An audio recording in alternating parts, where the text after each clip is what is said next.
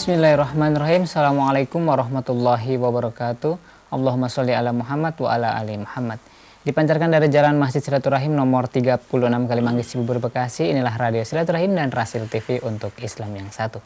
Ikhwan dan akhwat, seperti biasa di hari Jumat pagi ini bersama saya Khalid Mustafa dalam kajian keluarga Islami bersama Ustadz Agus Darmaji, dan alhamdulillah Ustadz sudah berada di tengah-tengah kita. Kita sapa saja pemirsa. Assalamualaikum warahmatullahi wabarakatuh, Ustadz. Waalaikumsalam warahmatullahi wabarakatuh.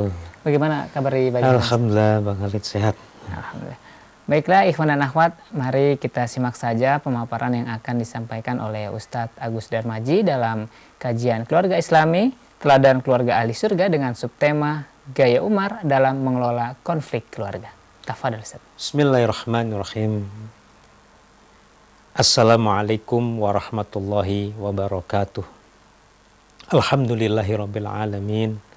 Asyhadu an la ilaha illallah wahdahu la syarikalah wa asyhadu anna Muhammadan abduhu wa rasuluhu la nabiyya ba'dah. Allahumma shalli ala Muhammad wa ala ali Muhammad. Ma sya'allahu kan wa ma lam yasha' lam yakun. La haula wa la quwwata illa billahil aliyil azim.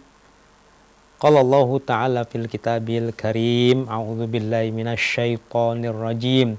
Ya ayyuhalladzina amanu taqullaha haqqa tuqatih wa la tamutunna illa wa antum muslimun. Wa qala aidan, a'udzu billahi minasyaitonir rajim. Ya ayyuhalladzina amanu taqullaha wa qulu qawlan sadida yuslih lakum a'malakum wa yaghfir lakum dzunubakum wa may yuti'illah wa rasulahu faqad faza fawzan 'azima. Shadaqallahul azim. Amma ba'du.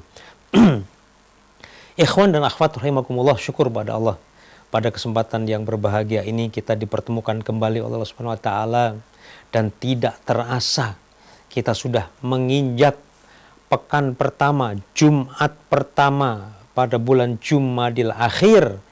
Kurang lebih 2 bulan lagi di depan, maka kita akan menemui bulan Ramadan yang mulia. Nah ikhwan sekalian, ini hari Jumat. Jumat pertama bulan Jumadil Akhir ini, kita ingat berbagai amaliyah Jumat yang disunahkan oleh Rasulullah SAW. Buat para ikhwan, para bapak, saudara lelaki, kaum muslimin laki-laki, bersiap-siaplah untuk menunaikan ibadah sholat Jumat. Yang ke kantor, silakan ke kantor.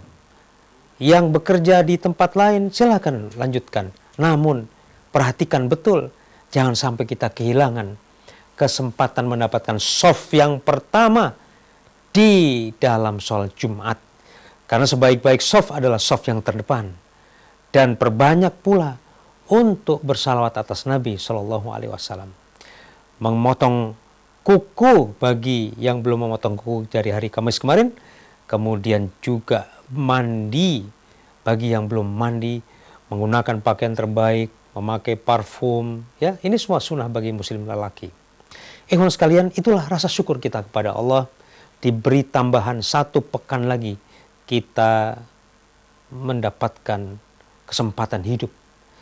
Kemudian tidak lupa kita pun bersalawat atas Nabi, memohonkan pada Allah Subhanahu wa taala agar dilimpahkannya kepada beliau junjungan kita, baginda Rasulullah sallallahu alaihi wasallam. Salawat, salam, keberkahan, ma'unah, kemuliaan, semua hal kebaikan dilimpahkan atasnya. Dialah yang akan memberi syafaat buat kita kelak di akhir zaman. Dan kita berharap semoga Allah mempertemukan kita kepada Rasulullah, mengizinkan kita menatap wajahnya, mengizinkan kita untuk bersama beliau. Ini adalah mimpi kita, mimpi yang harusnya kita pelihara dan terus kita wujudkan. Karena cinta kita kepada Rasulullah tidak bisa kita pandang kecil sebagai penyelamat kita dari fitnah akhir zaman. Ikhwan akhwat sekalian, masih dalam tema teladan keluarga ahli surga. Kita masih akan membahas beberapa hal tentang keluarga dari khalifah yang kedua, yaitu Amirul Mukminin Umar ibnu Khattab. Ikhwan sekalian, kenapa ini kita angkat? Dalam hidup kita memerlukan suatu model atau role model, teladan yang terbaik, agar kita menyerap keteladanan itu, agar kita berusaha menjadikan diri kita dan keluarga seperti keluarga teladan itu. Saudara sekalian, banyak orang mengambil teladan berbagai keluarga sukses di muka bumi yang sudah berlalu ataupun yang sedang terkenal karena kesuksesan mereka. Tetapi ketahuilah bahwasanya sebaik-baik teladan adalah teladan yang sudah digariskan oleh Allah Subhanahu wa taala, yaitu pada diri Rasulullah. Dan Rasulullah pun kemudian membuka berbagai rahasia, bahwasanya pun ada teladan-teladan yang lain di sekitar beliau. Di antara teladan-teladan yang pantas untuk kita bahas dan pelajari terus-menerus adalah teladan para Khalifah Ar-Rasyidin Al-Mahdiin. Karena apa? Para sahabat, terutama para Khalifah Ar-Rasyidin Al-Mahdiin ini adalah mereka yang dijamin oleh Allah masuk surga. Bayangkan, kalau kita coba kita tanya kepada diri sendiri, oh saya lagi ngefan ini, lagi mengidolakan seseorang atau sebuah keluarga. Maka kita tanya dulu, apakah keluarga itu dijamin selamat dunia akhirat? Apakah ada jaminan keluarga itu pantas untuk kita teladani? Kita ini yang sedang mencari kebahagiaan dan keselamatan hidup dunia dan akhirat. Intinya, apakah keluarga yang kita teladani itu keluarga yang dijamin masuk surga, keluarganya ahli surga? Maka kalau tidak ada jaminan seperti itu, kita beralih kepada keluarga yang betul-betul oleh Allah dijamin menjadi ahli surga melalui informasi dari lisan Nabi beliau, Nabi Allah. Ya. Nah, ikhwan sekalian, salah satu informasi yang kita peroleh tentang ahli surga itu adalah hadis dari Sa'id bin Zaid.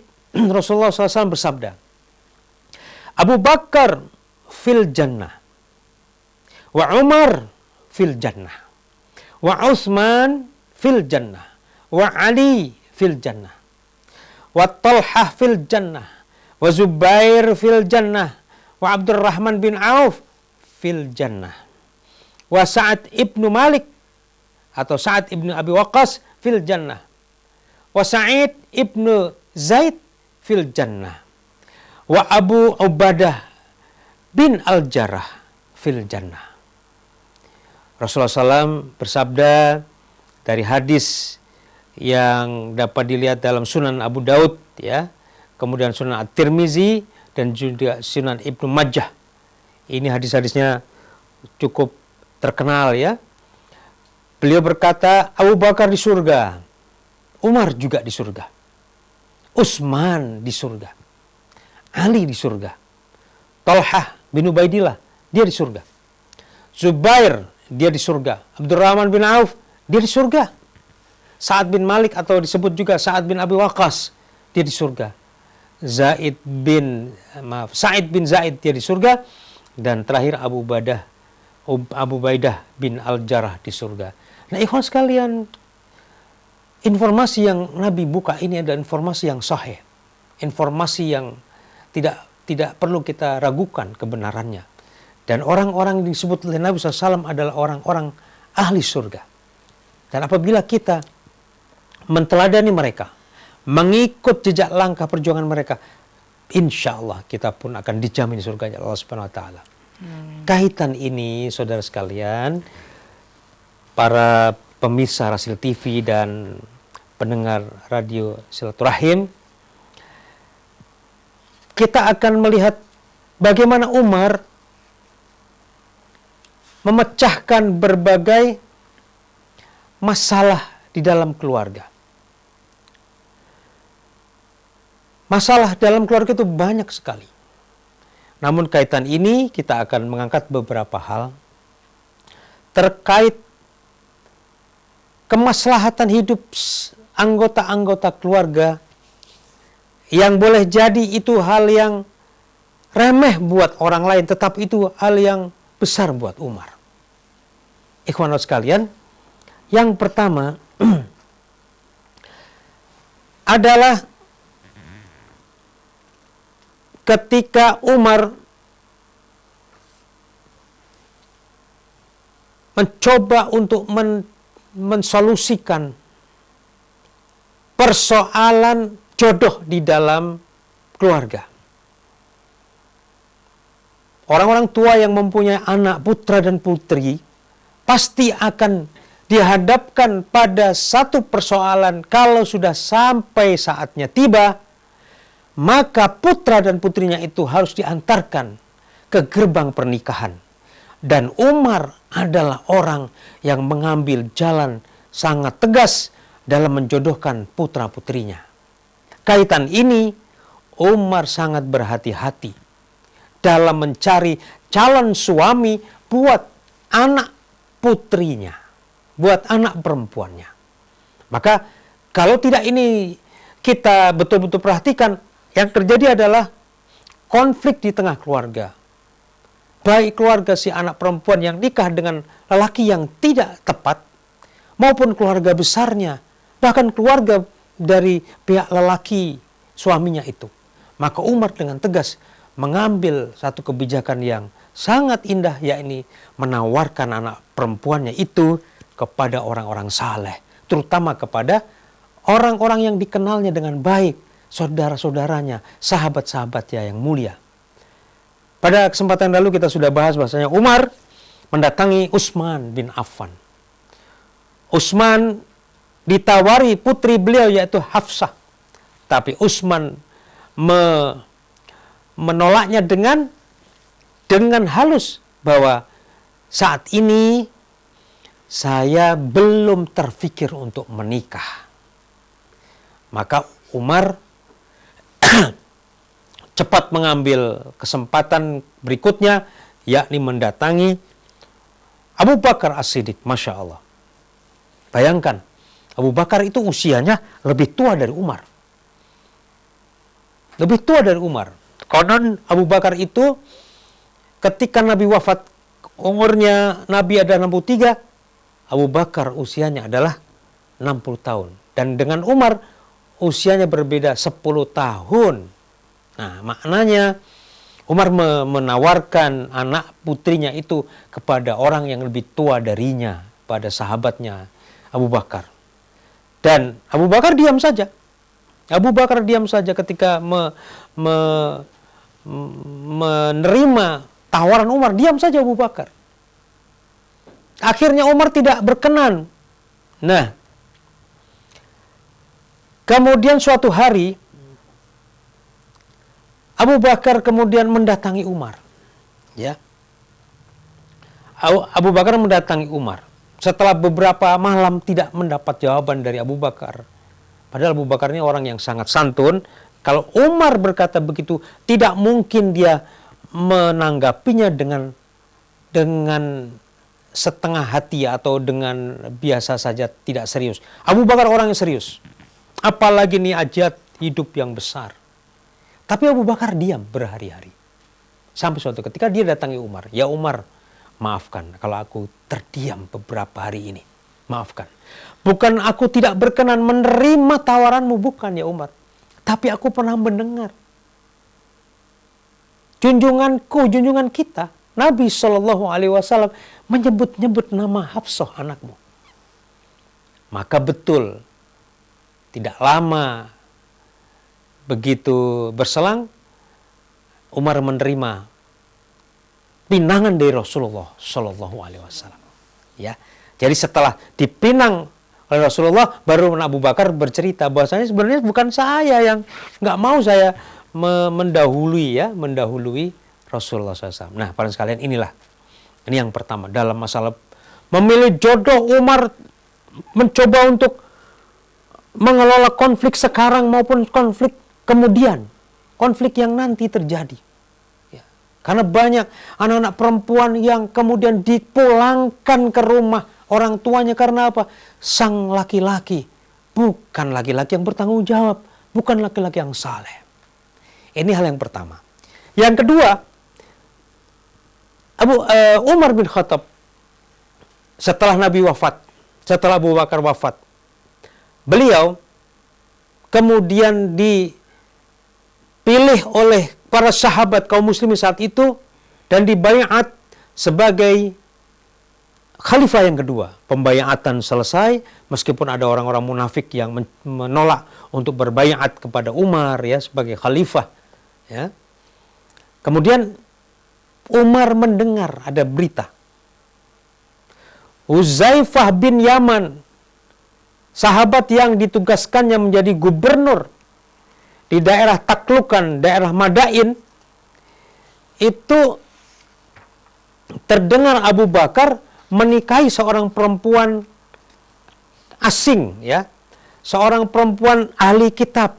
Ya, saat itu Madain itu taklukan juga sebelumnya dari Romawi yang beragama Masehi. Nah, Umar tidak redho. Umar tidak redho bahwa ada sahabatnya, bahkan ini adalah seorang amir di daerah Madain, seorang pemimpin umat di daerah Madain, beristrikan bukan muslimah. Umar tidak redho. Nah, Umar menulis surat kepada Huzaifah. Apa yang dikatakan Umar kurang lebih begini. Aku mendapati kabar bahwasanya kamu menikahi seorang wanita penduduk Madain dari kalangan ahli kitab. Maka ku minta engkau menceraikan perempuan itu. Tegas. Nah, kalau orang sekarang kan terganggu, saudaraku sekalian, terganggu. Lah ini masalah pribadi, kok atasan saya mencoba untuk mengatur-atur. Tetapi dalam Islam, ini hierarkinya adalah kepemimpinan kekhilafahan. Amir Madain saat itu adalah Huzaifah. Huzaifah tunduk kepada Amirul Mukminin karena dia pegang betul perintah Allah dalam surah An-Nisa ayat 59. Atiullah wa atiu Rasul wa ulil amri minkum. Taatlah kamu kepada Allah, taatlah kamu kepada Rasul dan pemimpin orang-orang beriman di antara kamu. Wa ulil amri minkum. Ulil amrinya Huzaifah bin Yaman saat itu adalah Umar bin Khattab. Maka dia berusaha mentaatinya semampu dia. Tapi saat itu karena sudah kadung nih, sudah terjadi Huzaifah menikahinya, ya, meskipun memang itu halal kita menikahi perempuan ahli kitab halal, tetapi Umar kemudian coba ditanya oleh Huzaifah, ini bukan membantah. Aku tidak akan lakukan hingga kamu memberitahukan kepadaku apakah itu halal atau haram dan apa maksudmu membuat kebijakan itu. Surat balasan dilayangkan kepada Amirul Mukminin Umar. Setelah membaca surat balasan Huzaifah, Umar menulis surat dan segera dikirimkan. Jadi ini bukan masalah halal dan haram. Halal. Jadi beliau berkata begini, bukan demikian. Memang hal itu halal adanya. Akan tetapi wanita-wanita asing itu ada muslihat dalam diri mereka. Jika kamu lebih mementingkan mereka daripada wanita-wanita muslimah, maka mereka akan mengungguli kaum wanita kalian, maksudnya wanita muslimah. Huzaifah pun menyampaikan tanggapan, baiklah, sekarang juga aku setuju, dan Huzaifah menceraikan istri dari kalangan dari kalangan ahli kitab. Ikhwan sekalian, ini betapa Umar itu tidak mau terjadi konflik di dalam rumah tangga Huzaifah. Karena apa? Ikhwan sekalian, seorang laki-laki itu kalau mendapatkan amanat kepemimpinan dan ketika dia melaksanakan amanat kepemimpinannya itu dia terganggu karena keluarganya bermasalah, maka kita tidak akan mampu fokus optimal melaksanakan amanat kepemimpinan itu. Maka sebelum itu terjadi, karena Umar melihat potensi konflik, potensi masalah dari wanita ahli kitab itu, ya, wanita non-muslim jelasnya ya, supaya itu tidak terjadi, maka Umar menyuruh Uzaifah menceraikan istrinya. Saudara sekalian bayangkan, ini masih hangat dengan kondisi saat ini ketika terjadi persoalan penista agama yang diusung menjadi pemimpin. Kita masalah perempuan, istri saja tidak boleh ahli kitab sama Umar. Kalau istri pemimpin ya, jangan ahli kitab. Jangan perempuan non-muslim. Apalagi pemimpinnya. Apalagi pemimpinnya. Ya. Istrinya aja jangan sampai non-muslim. Karena apa? Akan terjadi potensial konflik. Dan itu si laki-laki akan terdistrak. Akan terpecah konsentrasinya. Bahkan akan terjadi konflik kepentingan. Atau konflik of interest. Karena si perempuan akan membawa kepentingan dari bangsanya. Dari baninya. Dari keluarganya paling tidak. Nah, sebelum itu terjadi, Umar buru-buru kirim surat ke Uzaifah, ceraikan itu perempuan Uzaifah. Banyak perempuan muslimah yang lebih baik. Nah, ikhwan sekalian, lihat bagaimana Umar mengelola konflik itu sebelum terjadi, sifatnya adalah preventif. Nah, ikhwan sekalian, ini Masya Allah, Umar begitu peduli tentang kemaslahatan umat, kemaslahatan keluarga-keluarga sahabatnya, kemaslahatan keluarga-keluarga Islam. Maka dia berusaha pasang badan, ya, masalah perjodohan, masalah perwalian, masalah nasab ini sangat diperhatikan oleh Amirul Mukminin Umar bin Khattab. Masya Allah. Kemudian yang ketiga, ya, jadi yang pertama tadi menjodohkan anaknya dengan laki-laki yang saleh, ya, putra putri kita jodohkan dengan anak laki-laki yang soleh. Kalau anak laki-laki kita jodohkan dengan perempuan yang salehah. Yang kedua, menyuruh sahabatnya menceraikan perempuan ahli kitab. Yang ketiga, kawan sekalian, ini masih masalah hubungan antara suami istri, laki-laki dan perempuan.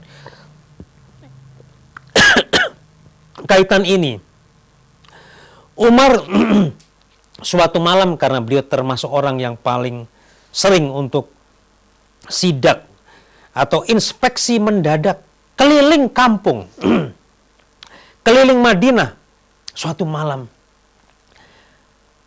Bukan kebetulan tentunya.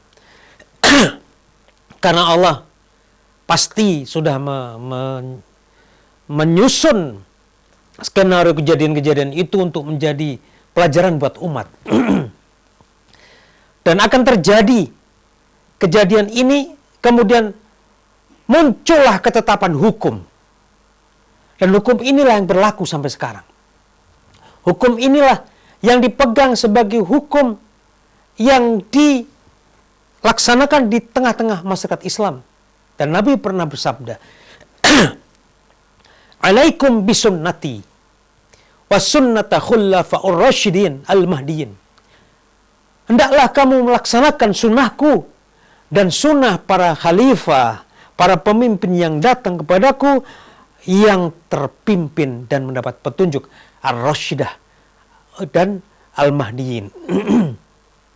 Nah, teman sekalian, seorang pemimpin yang disebut oleh Nabi SAW dalam maksud hadis itu adalah Umar bin Khattab. Suatu malam, dalam satu hadis diriwayatkan dari Zaid bin Aslam,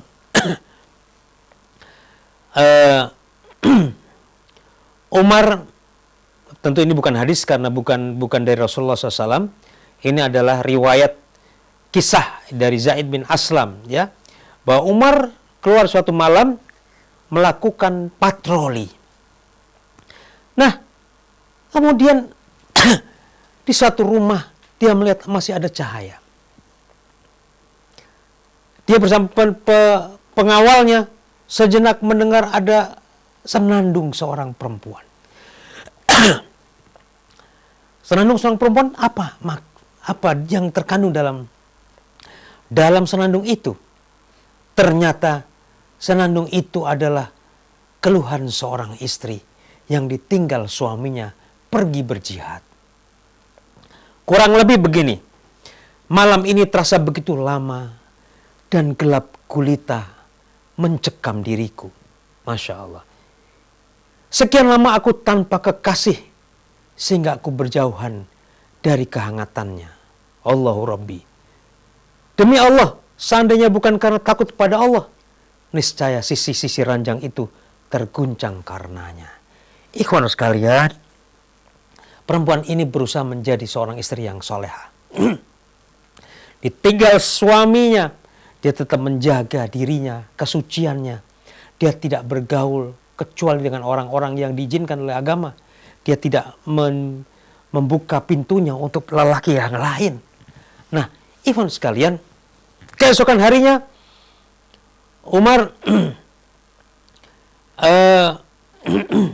menyuruh seseorang untuk mencari tahu ini siapa perempuan ini. Alhasil dari informasi yang diperoleh, perempuan ini adalah perempuan seorang mujahid, seorang sahabat yang sedang pergi jihad sangat jauh. Sudah ditinggal oleh suaminya berbulan-bulan. Oke, kalau begitu Umar minta ada orang yang datang, perempuan bergilir dari para sahabiah kaum muslimat saat itu. Coba bergantian menghibur si perempuan itu supaya tidak sendirian. Dengan cara apa? Datangi rumahnya, bersih-bersih rumahnya, memasak bersama sehingga si perempuan tidak merasa kesepian. Nah, Umar kemudian berdiskusi dengan Hafsah. Kenapa Hafsah diajak berdiskusi? Karena Hafsah adalah mantan istri Nabi Shallallahu Alaihi Wasallam. Yang sepeninggal Nabi, Hafsah tidak menikah lagi karena tidak diizinkan menikah oleh agama. Apa yang terjadi? Hafsah berdiskusi dengan Umar. Umar bertanya pada Hafsah, wahai anakku, berapa lama seorang wanita mampu bersabar ditinggal suaminya? Masya Allah. Ini urusan yang sangat personal. Urusan yang sangat pribadi, saudara. Kemudian Hafsah sebagai bekas seorang istri Nabi yang pernah mendapatkan pendidikan langsung dari Nabi SAW dan menyerap energi kenabian, energi nubuah dari Nabi SAW dari suaminya almarhum Allah yarham. Maka Hafsah berkata, ya ayah, semoga Allah mengampuni dan memberkahimu. Apakah orang selevel ayah bertanya kepadaku tentang hal ini? Nah, Umar mungkin dalam pemikiran Hafsah ini hal yang sangat pribadi, yang sangat mungkin sensitif. Kenapa ditanyakan oleh seorang khalifah? Tapi apa yang terjadi? Umar berpikiran luas, jangkauan visionernya begitu jauh. Karena apa yang diputuskan sekarang pasti akan berkenaan dengan nasib umat ini sampai akhir zaman. Umar berkata kepada Hafsah, menjelaskan, seandainya bukankah sesuatu yang hendak aku pertimbangkan untuk umat, niscaya aku tidak bertanya kepadamu tentang hal ini. Sungguh Allah tidak malu karena kebenaran. Nah, ya. Umar nggak malu. Hafsah pun menjawab, ya ayah.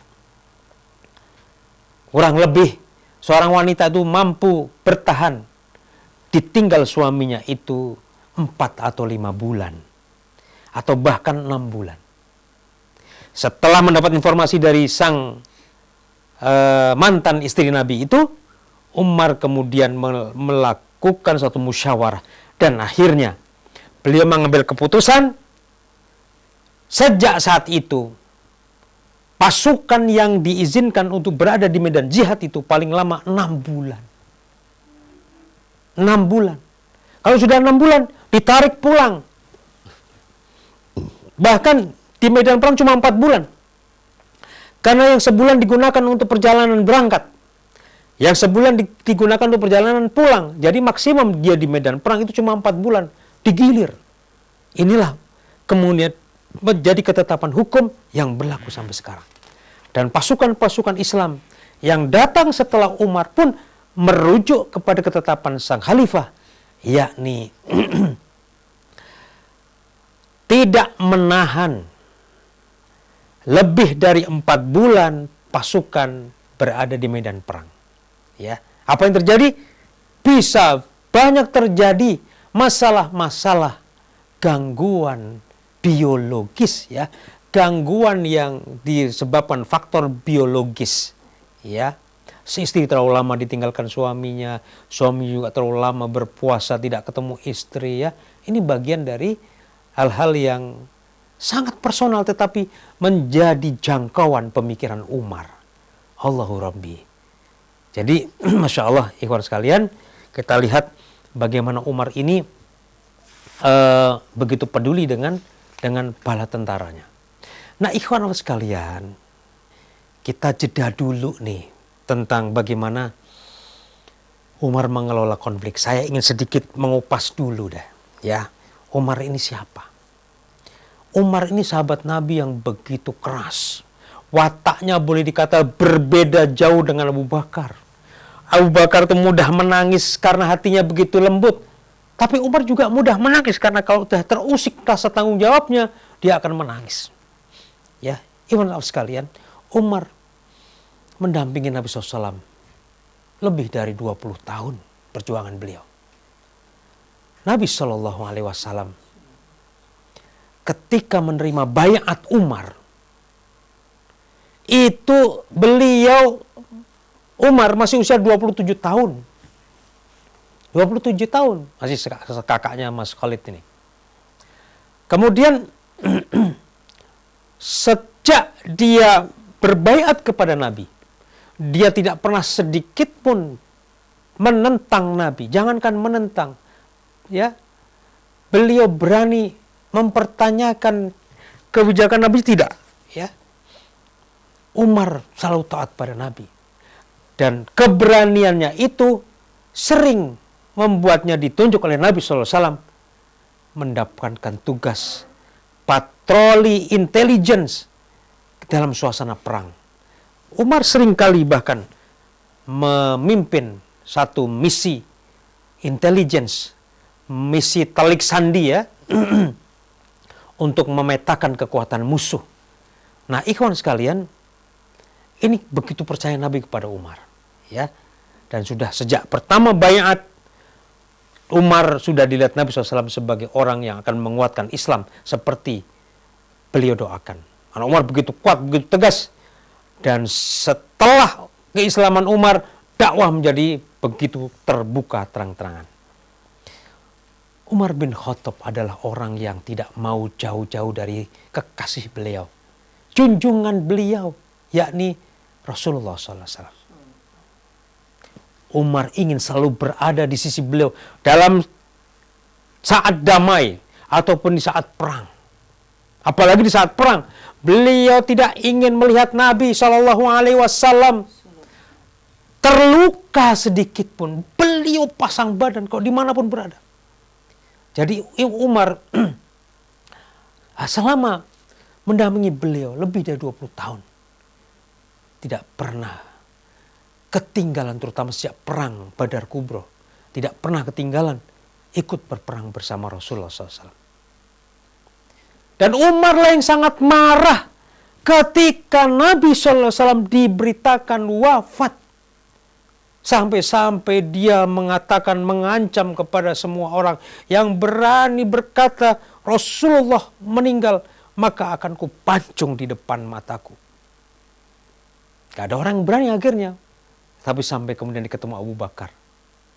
Kalau menatap Abu Bakar, Umar tak berani bertatap lama-lama. Ya Abu Bakar, betulkah berita bahwa Rasulullah meninggal? Abu Bakar kemudian mau yakinkan Umar bahwasanya itu sesuai dengan apa yang dikatakan Allah Subhanahu wa taala dalam Al-Qur'an. Bahwa Muhammad itu hanyalah seorang manusia.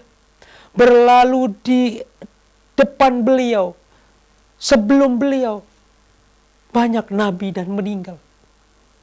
Maka apakah kamu kemudian murtad karena meninggalnya Muhammad?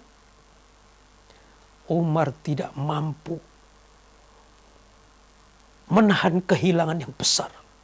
Kemudian dia jatuh tersungkur. Kehilangan semangat hidup. Kehilangan energi yang selama ini membuatnya tegar. Saat itu dia berduka sangat dalam hatinya hancur mendengar Rasulullah meninggal.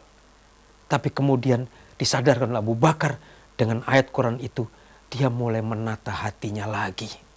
Dia mulai memenangkan takwa, iman dan takwanya daripada nafsu manusiawinya. Nah, ikhwan sekalian, Umar kemudian ditakdirkan oleh Allah Subhanahu wa taala menjadi khalifah yang menggantikan Abu Bakar saat beliau wafat. Abu Bakar tidak lama, antara 2 atau 3 tahun Abu Bakar memimpin umat saat itu. Kemudian Umar lah yang melanjutkan. Ikhwan sekalian, ketika Umar dibaiat, dialah orang pertama yang dipanggil dengan Amirul Mukminin.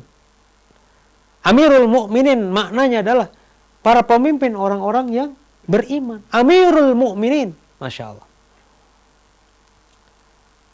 Karena apa? Di dalam diri Umar itu begitu kuat kepemimpinannya. Sebagai amir, dia begitu kuat kepemimpinannya.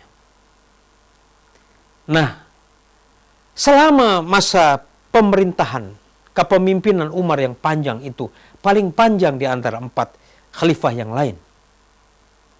Ikhwan sekalian, Umar melakukan banyak prestasi kepemimpinan yang spektakuler. Yang kemudian apa yang beliau capai di masa kepemimpinan beliau itu menjadi fondasi peradaban besar. Peradaban Islam yang lebih dari 8 abad. Menyinari muka bumi. Dan bumi dikenal sejarah bukan dark age tetapi golden age. Memang ada beberapa ahli sejarah yang manipulatif, ahli sejarah yang sangat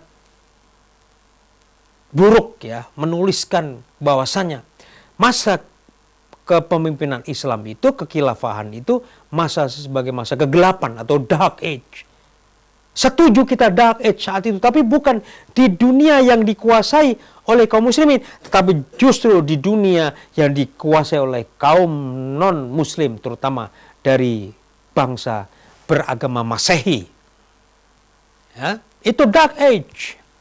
Tetapi golden age, masa keemasan itu justru berada di masa pemerintahan para khalifah, dimulai dari Umar bin Khattab. So sekalian, apa yang dilakukan oleh Umar? Beliau kemudian menetapkan penanggalan Hijriah, sebuah revolusi sistem waktu yang sampai sekarang membedakan kita dengan orang-orang yang menggunakan Gregorian system dalam penanggalan mereka. Miladiah ya, yang berdasarkan kelahiran seseorang ya. Tetapi Islam menggunakan batas penanggalan itu diawali dengan perjalanan besar, yaitu bulan Hijriah, maka disebut dengan penanggalan Hijriah. Kemudian Umar juga yang pertama kali kemana-mana membawa tongkat untuk mengingatkan orang ya. Kalau mau subuh beliau mungkin ketok-ketok rumah. Kalau ada orang yang di jalan mengganggu orang akan dipukul sama beliau ya. Dan beliaulah orang pertama menjatuhkan hukuman cambuk bagi para peminum khamar ya. Di zaman Nabi, zaman Abu Bakar sudah mulai dibersihkan, tetapi baru zaman Umar pemabuk dicambuk dengan 80 cambukan di muka umum. Kemudian Umar adalah sang penakluk, disebut sebagai sang penakluk oleh para ahli sejarah barat. Karena di masa beliau itu terjadi penaklukan-penaklukan besar. Bayangkan, dalam masa memerintah beliau yang kurang lebih antara 12 tahun ya, beliau ini melakukan banyak penaklukan. Yang terjadi adalah mungkin bukan penaklukan, justru pembebasan ya. Dibebaskannya daerah-daerah yang semula adalah tanah taklukan, dibebaskan menjadi tanah merdeka, menjadi tanah perdikan. semula dikuasai oleh kerajaan Persia, kemudian Romawi, juga Romawi Timur dibebaskan. Daerah pembebasan Futuh ya yang dicapai oleh Umar itu terbentang dari Jazirah Arab.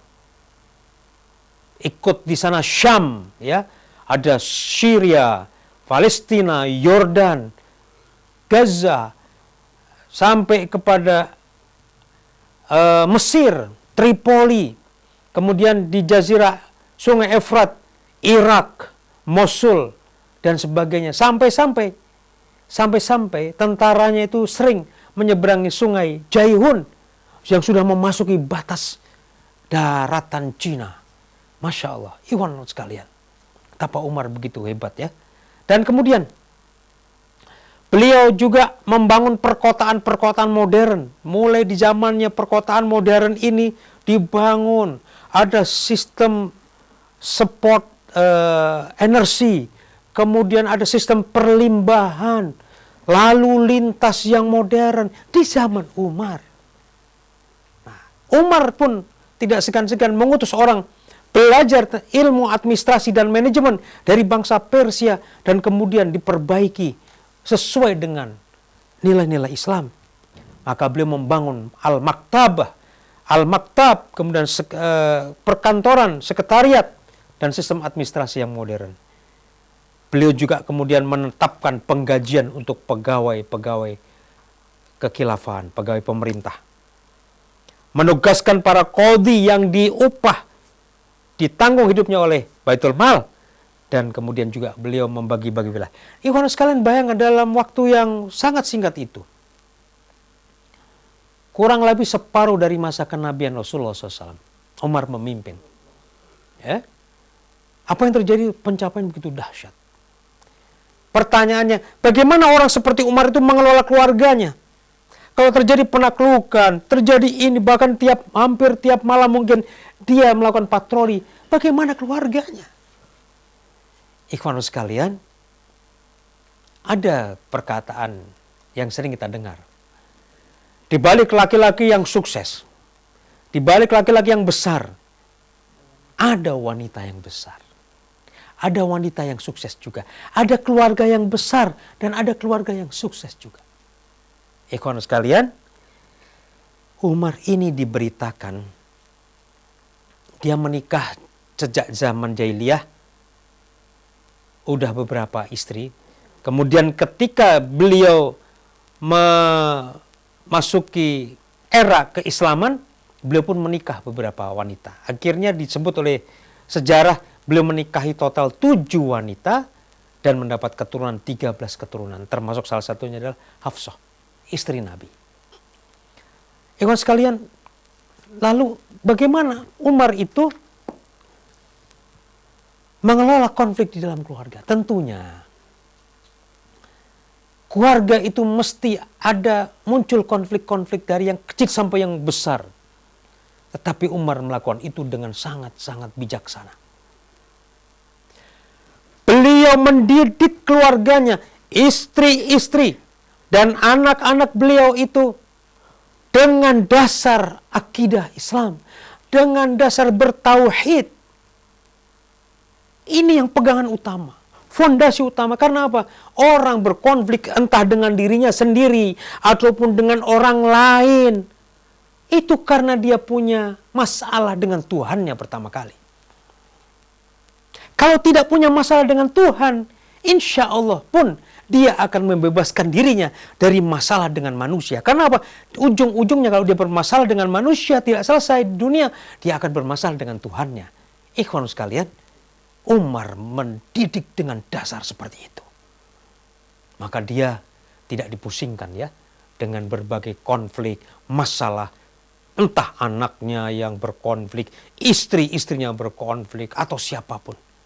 Jadi fondasi pendidikan keluarga yang dibangun oleh Umar adalah tauhid. Ya. Ini kekuatan utama. Kemudian Umar adalah meskipun keras, tetapi Umar adalah orang mendengar. Orang yang sangat mendengar. Ini diajarkan kepada kita, saudara sekalian. Umar ini meskipun keras, tetapi belum mendengar. Sangat mendengar. Tadi ketika sidak, beliau mendengar. Dalam kesempatan lain juga beliau mendengar. Apa sih makna mendengar? Saudara sekalian, dalam ilmu komunikasi kepemimpinan, leadership communication, yang disebut kemampuan mendengar seorang leader, seorang pemimpin adalah bukan cuma kupingnya, telinganya dipasang, menyerap informasi dari lawan bicaranya. Bukan. Tetapi menerima, mengolah, dan mengambil tindakan sesuai dari apa yang seharusnya dilakukan. Ini Umar. Itulah mendengar. Ya. Jadi kalau ada istilah aspirasi rakyat tidak didengar oleh para pemimpin, itu artinya rakyat sudah rakyat bicara, entah lewat pribadi atau bahkan demo besar-besaran, pemimpin tidak dengar, itu pemimpinnya lalai, bukan pemimpin yang mendengar. Umar tidak begitu. Umar punya pendengaran kepemimpinan yang terbaik. Ya, setelah Rasulullah dan Abu Bakar. Apa yang terjadi? Kalau Umar dengar sesuatu, dia action, tidak nunggu lama-lama. Ini, ya, para sekalian, inilah kunci kehebatan Umar dengan keluarganya. Kalau ada apa-apa, langsung action, jangan ditunda. Masalah jangan ditunda masalah. Masalah itu segera dituntaskan. Nah, jadi Umar mendengar apa yang dikeluh kesahi oleh istrinya, oleh istri-istrinya, kemudian anak-anak dengar betul, kemudian mengambil action. Ya, karena banyak orang mendengar saja, tapi tidak action juga. Nah, Umar mendengar, mengolah, bermusyawarah, dan action, ambil tindakan. Suatu hari, ini di sela-sela bagaimana Umar bersama keluarga, ada seorang sahabat datang menemui Umar. Dia ingin berkonsultasi gimana caranya menghadapi istrinya yang cerewet, bahkan super cerewet. Pusing kalau tiap hari istrinya ngomel terus ya. Begitu dia mendekat ke rumah Umar yang memang rumahnya sangat sederhana. Jangan dibayangkan sekarang rumah Umar itu rumah pemimpin, rumah raja lah ya. Rumah raja, Umar kan seperti raja hebat sebenarnya, ya kan? Seorang raja. Ya. Jangan dibayangkan seperti itu. Yang apa? Rumahnya besar, gedung, dikelilingi pagar yang dari pagar gerbang itu dengan rumahnya berjarak 200 sampai 500 meter. Taman yang besar, penjaga-penjaga yang berjajar, bersenjata. Umar tidak begitu. Rumahnya cuma bata yang tersusun biasa. Dan apa yang diucapkan orang di rumahnya terdengar dari balik dindingnya. Ketika dia mau ketuk rumah Umar, terdengar Umar sedang diomeli sama istrinya. Wah, bayangkan, di dalam sahabat ini paham betul di dalam itu terdengar suara istri Umar. Dan dia yakin Umar ada di situ karena dia tahu Umar pulang dari masjid, sendalnya ada di situ, ya kan? Nah, dia mendengar sejenak dan membatin. Ya Allah, ya Robbi, bagaimana aku akan mengadukan persoalanku dengan istri yang cerewet kepada Amirul Mukminin, sementara sekarang dia sedang diomeli oleh istrinya yang tidak kalah cerewet dari istriku. Umar bahkan tidak membantah, tidak menjawab satu patah kata pun. Nah, setelah dia membatin gitu, dia mau balik kanan, mau pulang. Umar mendengar ada kersak-kersek di balik pintunya. Dia kemudian membuka pintu. Lihat ada sahabat yang mulai ngeloyor pergi. Umar mengejarnya. Hai saudaraku, ada apa? Kamu mau masuk rumah ya? Nggak jadi. Ya Amirul Mukminin, maafkan aku sambil bersalaman. Aku semula ingin mengadukan halku. Bagaimana caranya menghadapi istri yang cerewet, suka ngomel. Namun dari balik dindingmu aku mendengar, istrimu lebih cerewet. Omelannya lebih pedas dari istriku. Aku gimana mencari konsultasi kepadamu? Umar kemudian tersenyum. Saudaraku, biarlah istri kita ngomel seperti itu. Karena mungkin dia sedang kepingin ngomel. Sekalian memang adalah fitrahnya perempuan. Itu kalau punya sesuatu di dalam hatinya, tidak kuat dia bendung, mesti keluar semua. Ya kan? Ini perempuan itu lisannya memang begitu. Ya, tapi Umar diam, tidak membantah. Kecuali istrinya mengucapkan kata-kata yang kemudian bernilai anti tauhid. Dia akan bertindak tegas. Ini mungkin diomeli segala macam, masalah pekerjaan rumah, masalah belanja ya segala macam. Termasuk masalah belanja nih. Coba apa yang paling dikeluh kesah istri kalau bukan masalah belanja, ya kan? Nah, dapur masalah belanja nih. Nah, Umar, saudaraku, biarlah. Dia punya hak untuk mengomel. Tapi aku diam saja. Karena apa? Aku merasa tentram bersama dia. Dan aku tidak memandang wanita lain kalau sudah bersama dia. Kawan sekalian, inilah bagaimana seorang Umar yang besar. The great Umar bin Khattab. Ya. Umar bin Khattab yang agung. Ya. Itu begitu halus, lembut pada istrinya. Diomelin dia diam saja. Ya. Karena istrinya mungkin seharian, bahkan berhari-hari lelah mengelola rumah. Dia membersihkan, merapikan, kotor lagi, berdebu lagi, berantakan lagi oleh anak-anak. Dia juga pada saat yang sama harus mengasuh dan memberi makan anak-anak. Pada saat yang sama dia juga harus mengurusi keuangan keluarga yang segini-gininya, gimana bisa melar itu uang keluarganya. Jadi istri sebenarnya manusia paling hebat di dunia ya. Belanja yang untuk setengah bulan bisa dibuat 1 bulan. Ini istri yang hebat ini ya. Allahu Rabbi. Nah, sekalian dari situ kita mendapatkan suatu pelajaran bahwasanya Masya Allah. Umar boleh besar. Umar boleh agung. Umar disegani oleh kawan dan lawan. Ya, bahkan oleh setan.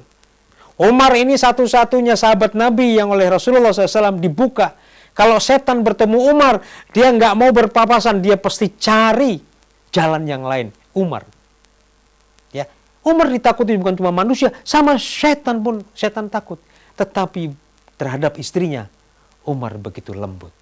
Mudah-mudahan ini bisa menjadi pelajaran buat kita sekalian, buat ibroh buat kita sekalian sekeluarga, dan kita hendaknya menjadi orang yang bersikap lembut kepada keluarga kita masing-masing. Wallahu a'lam bishawab. Radio Silaturahim dan Rasil TV untuk Islam yang satu. Ikhwan dan akhwat, masih bersama kami dalam kajian keluarga Islami dengan tema keluarga teladan ahli surga, cara Umar mengelola konflik dalam keluarga. Baik Ikhwan dan akhwat, untuk Anda yang ingin mengirimkan SMS, bisa kirimkan SMS di nomor 08111 9999720 atau di line telepon kami di 021 845 1512. Kami akan segera kembali setelah jeda berikut.